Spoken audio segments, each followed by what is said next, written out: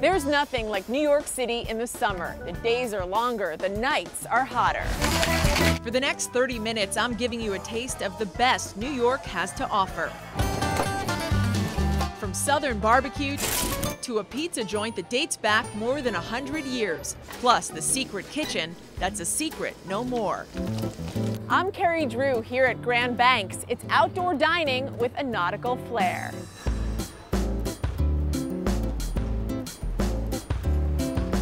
For the ultimate summertime experience without leaving Manhattan, Grand Banks is the place to be. It's a seasonal oyster bar on the deck of a 1942 wooden boat called the Sherman's Wicker that's docked at Pier 25 on the Hudson River. You can take in the views of the water while sipping a cold drink and eating some delicious seafood. You kind of move the knife and pull the skin against it. Chef Kerry Heffernan always has fresh fish on the menu, like this porgy ceviche. He starts with a fish he caught himself and then adds a garnish. Very importantly to me is that there's some lime zest in there. So I think that gives you a lot more depth and variety in the flavor.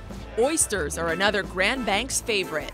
Here we have a Grand Banks specialty. It's called Oyster Champagne. So that's our local Navy Point, kind of a wild oyster from the North Shore of Long Island with cucumber, shiso, a little chive, and some champagne vinegar. Cheers. Thanks for having us, Chef. Cheers. Delicious. Our next stop is Mr. Dips in Williamsburg, a repurposed 1974 Airstream trailer parked on the second floor of the trendy William Vale Hotel. Chef Anthony Rico came up with a simple menu featuring delicious burgers. You can choose from either the single dip or double dip. There are also dirty dipped waffle fries with spicy cheese and scallion. And to cool off, dig in to a dairy dip. This dairy dip is the Jacker Cracks. It's made with buttered caramel popcorn and salted peanuts. And over here we have the Malter Cronkite. It's a crunchy malt chocolate twist. So come score these mouth-watering treats while taking in views of the city skyline. And for the perfect post-work summer hotspot, check out Surf Shack at Good Story on the rooftop of the Arlo Hotel in Soho. Every season, the bar transforms with a new theme to celebrate the changing weather. This summer, it's a surf theme with some inventive summer cocktails. To get you in the mood for summer, there are all kinds of specialty cocktails. This first one here is the Coco Loco, which is meant to be shared. Then you have the Rich Rosé Frosé, which is topped with a delicious rosé champagne. And this last one is the Orangeade. So sit back, relax, and toast to a summer filled with great food, great drinks, and great friends. Nothing says summer like good old-fashioned barbecue. Let's head to Brooklyn for some Oklahoma-style cooking in the Big Apple. To me, it's the ultimate comfort food. In Oklahoma, barbecue it's everywhere. So, you eat barbecue 2-3 times a week. For Oklahoma-style barbecue you won't find anywhere else, there's Mabel's Smokehouse in Brooklyn. We have our smoker going 24 hours a day. So we'll load in the evening and let it go all night long. He grew up in Oklahoma. I grew up in Kentucky. And we just kind of wanted to take our family traditions and put them together and open a place on a wing and a prayer. Yeah, she was going to be in charge of the bourbon and I was going to be in charge of the barbecue. Husband and wife team Megan Love and Jeff Lutonski opened the joint 5 years ago in an old tonic water factory on Berry Street in Williamsburg. The name of the restaurant pays tribute to Jeff's late grandma Mabel and her famous recipes. She grew up in Oklahoma during the Dust Bowl. She had a large family and everybody grew up eating her amazing food, and she was pretty famous for, a few towns around about how good her food was. A way to sample some of Mabel's greatest hits is to try the deluxe platter. 3 meats and 3 sides. So this is typically a dish people share? Yeah, this is good for 2 to 3 people depending on how hungry you are, but we get some big construction workers in here and they can knock this out no problem, and then take an extra side of ribs, as dessert. The ribs are coated in Mabel's secret sauce. Put our house sauce on there. Get it nice and caramelized. We make our sauce from scratch, and it is his grandmother's recipe, and it hasn't changed. So you're not gonna taste anything else that tastes exactly like it. We have some nice pulled pork that's been coated with our house barbecue sauce. Then there's the brisket, smoked until it's just right. Nice fat marbling in that fatty brisket. Some pork butt for our pulled pork. This is the rub that's been smoked and turns black and hardens. And then just below that's the fat cap that after 10, 12, 14 hours of smoking, it starts to render and then it just melts and becomes real buttery. And that's where a lot of the good flavor comes from. We're very proud of our collards. Collard greens, they're just so delicious. We have our mac and cheese, which is just real no frills, down home, kind of mac and cheese like you had when you were a kid. Gooey, Velveeta. The candied yams are a really big specialty of ours too. They're kind of like a Thanksgiving candied yam. They've got the marshmallows and the pecans, but it's like at first they were seasonal and we were like, all right, let's change them up for people. We're like, where did the candy yams go? Get in there. Let's get in there. We got in there and it was a memorable first bite. Best rib I've ever had in my life after one bite. Oh my God. Wow. Nice. This is good. Thank you. At Mabel's, it's all about Southern hospitality and Southern pride, from the name of the smoker to the taste of the food. We just really wanted to make a place that felt like sort of our childhood. There is nobody that feels uncomfortable here, and that's what I love, because that's the spirit of barbecue. It's the spirit of the South a bit. We really try and do Southern hospitality. We have a lot of people that live in the neighborhood that are from the South, and so they'll bring their family into town and they're like, hey Mom, look, it's okay, I'm eating well here, you know, don't worry about me. Cheers to Mabel's. Coming up, we're taking you inside one of the oldest pizza joints in town, and later, a secret kitchen. Appetizer pronti. The secret's out when the dish returns. New York City has some of the best pizza in the world, and one Staten Island spot is attracting a loyal following across the globe. Ninos is a New York City pizza institution, feeding hungry Staten Islanders for almost 100 years. Carlo Danino opened this spot in the early 1920s, and it's been buzzing ever since. Originally, Danino started in 1923 when my stepfather's father came over. They opened a confectionery soda shop. But owner Michael Burke says it was not the soda that put his family's place on the map. In '51, we added the pizza. And a friend of his came to him and says, you know, why don't we put pizza in here? And they started the pizza, and it just became a real big hit. Michael has been working here since he was a kid. You started at the bottom, you learned every job. I'm here over 30 years now. So. What was your favorite memory of learning to actually put the pizza together and have it taste just right? Just being able to get to make the pizza, that was like the highest position at the time. One of Danino's most famous pies is the Moore pie, meatballs, onions, and ricotta. All right, so what are we making, Mike? We're gonna make the garbage pie now. The garbage pie. Garbage pie has basically everything but the kitchen sink on it, because Staten Island was known for the garbage dump. I guess that's where we got the name from. Sort of a playful jab. Exactly. The pie is loaded with mushrooms, onions, sliced pepperoni, and meatballs, and finished off with homemade sausage. So this is for the meat lover. Oh, it definitely is. And it makes them feel good to throw some mushrooms and onions. That's their veggie. Michael says a big part of the success is in the dough. We make the dough every single morning. We still use a barrel mixer, which most places don't have the room for, but we've had it. The machine is over 60 years old. And the crust is extra crispy, giving this place its motto, in crust, we trust. The bottom of the pie is very crunchy. You know, we use breadcrumbs. That's our secret. So you got it out of me. Cheers. Cheers. To Danino's. Thank you for coming.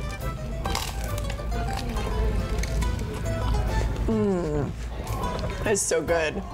I love ricotta cheese and the crunch. You know it's good pizza when you get that crunch. That's it.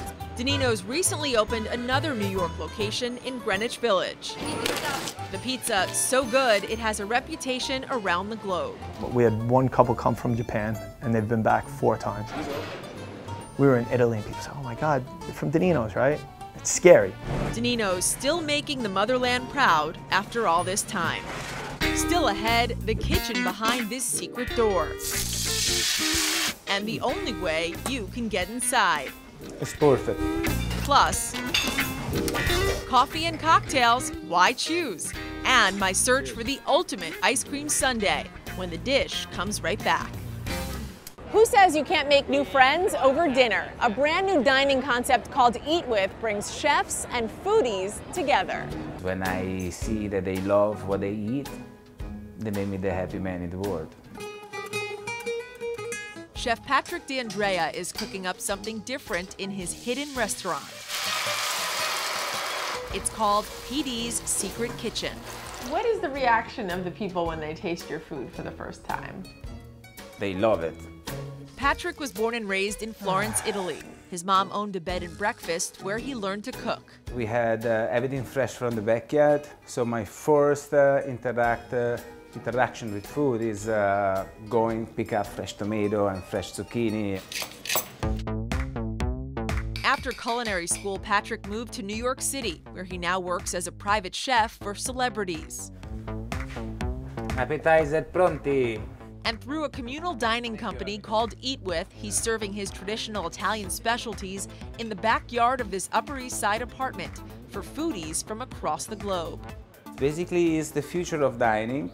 We have bookings from people that all over the world that they don't know each other, and they decide to be hosted by me in my humble apartment to try my delicious food. Delicious food, including his fresh pasta. Today's menu is called Pasta Pasta. 4 courses, 3 of fresh pasta handmade by me. I made homemade ricotta gnocchi with homemade pesto and some mozzarella di bufala. Please enjoy it. I'm a real Italian chef that gives you the opportunity to eat my homemade pasta with the homemade sauce with my traditional recipe that I get from my mom and my grandma. Without get a plane and go to Italy, it's much cheaper. It's perfect. I made bigoli pasta. It's a kind of spaghetti, but it's from Venice and it's made with durum flour, so they look kind of whole wheat. With San Marzano tomato sauce, fresh oregano, and shaved Parmesan cheese. Enjoy. Thank you. I was lucky enough to score a seat and taste Patrick's cooking, some of the best pasta I've ever had. So good. And I made some new friends along the way. I was a little perplexed the first time I did it, how strange people, they can be together in the same place. But after a glass of wine and a couple appetizer, everybody is really happy and they start talking to each other, and yeah, we have a very nice vibe here. Up next, grab a coffee, grab a cocktail, or a coffee cocktail when the dish returns. It's time for a pick-me-up, and I found the perfect place, one that serves coffee and cocktails.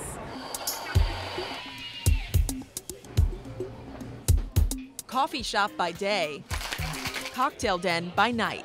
They can get their morning buzz from their coffee and also kind of take the edge off with a little bit of booze as well. From the outside, Cobrick Coffee in the Meatpacking District looks like any other coffee shop. But here, the baristas are also the bartenders. Scott Cobrick's great-grandpa started the business in 1920. It's typically been a wholesale company selling to restaurants and coffee shops, and we felt the need to open up a retail presence, to have a showcase for our products. There's never really been a place that has taken it to the next level and used coffee as really an ingredient to develop something more creative and think a little bit outside of the box. Now he's introducing the company to a new generation of customers who love craft coffee and cocktails. Earlier this year, they decided to offer cocktails made in ways you might typically make coffee.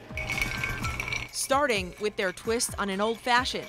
It's called the Old Slip. We use an AeroPress, which is a coffee extraction method, and we AeroPress bourbon through a Indonesian Sulawesi coffee. Head bartender Brian Averbuck shows us how it's done. And we'll take 2 ounces of bourbon to the 2 grams of coffee, and we'll pour that right into the AeroPress, and then Press the bourbon through. There it is. Infused bourbon. Infused bourbon. That is cool. The extraction method gives it a very light taste of coffee to it. And because the cold brew craze is the hottest thing in coffee, how about making a cocktail the same way? We're gonna take 3 ounces. Enter the Kyoto Negroni.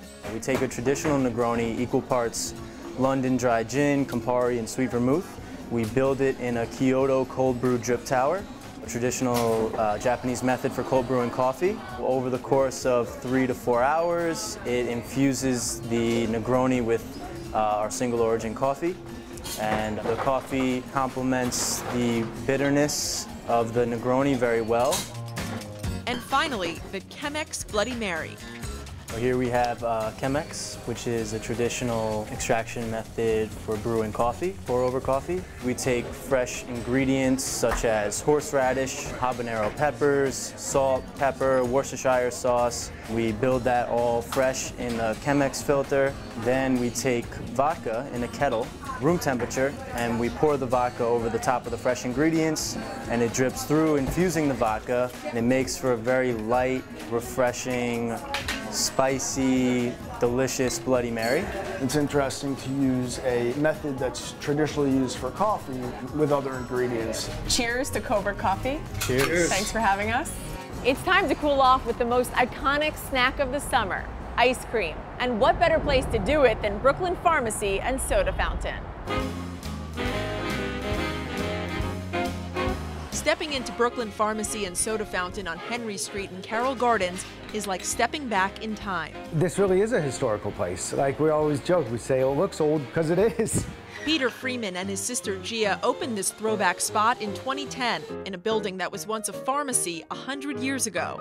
Back in the late teens, early 20s, it was a place called Longo's Pharmacy, neighborhood pharmacy until the late 60s.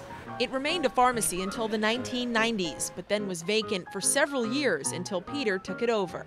The place was just filled with drugs and medicines. You see what it says? This is flatulence, right? But it doesn't really specify whether it takes care of it or it gives you it. Hence the name Brooklyn Pharmacy. These days, it's known for cold, delicious snacks, ice cream sundaes, and famous egg creams. Peter calls himself the head soda jerk. It comes from the motion of jerking seltzer, right? And it's a funny name. The egg cream is a throwback in and of itself. My dad taught me about egg creams when I was 6 years old. Then he brought me to Ray's in Manhattan. He said, son, this is an egg cream, right? This is good. And that stuck with me till now. All right, Brooklyn Pharmacy chocolate egg cream. To make it is simple, just 3 ingredients: whole milk, seltzer, and syrup. First thing we do is start with whole milk. Then the seltzer. So right up almost the top. And the syrup. This is Fox's You Bet. A little stir. You don't want to over stir it because you don't want to beat all the seltzer out of it. And your egg cream is good to drink. I'll show you how we drink it in Carroll Gardens.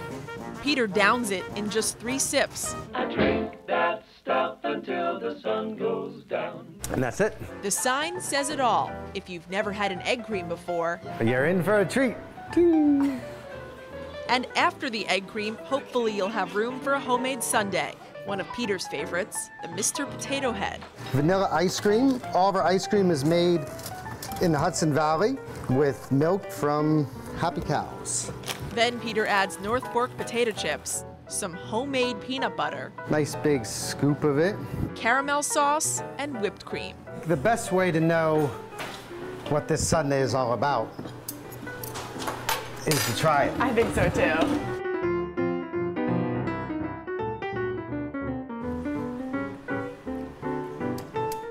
That's like heaven on earth. It's an enjoyable experience, but also an experience you can connect with. It's generational. You could have someone born and raised on this block sipping an egg cream next to somebody that moved in last month. A delightful way to honor the past while celebrating the future. Hungry yet? Whether you're cooling off with ice cream, enjoying mouth-watering ribs, or just in the mood for a slice of pizza, our city has something for everyone. Until next time, I'm KERRY Drew. Cheers and bon appetit.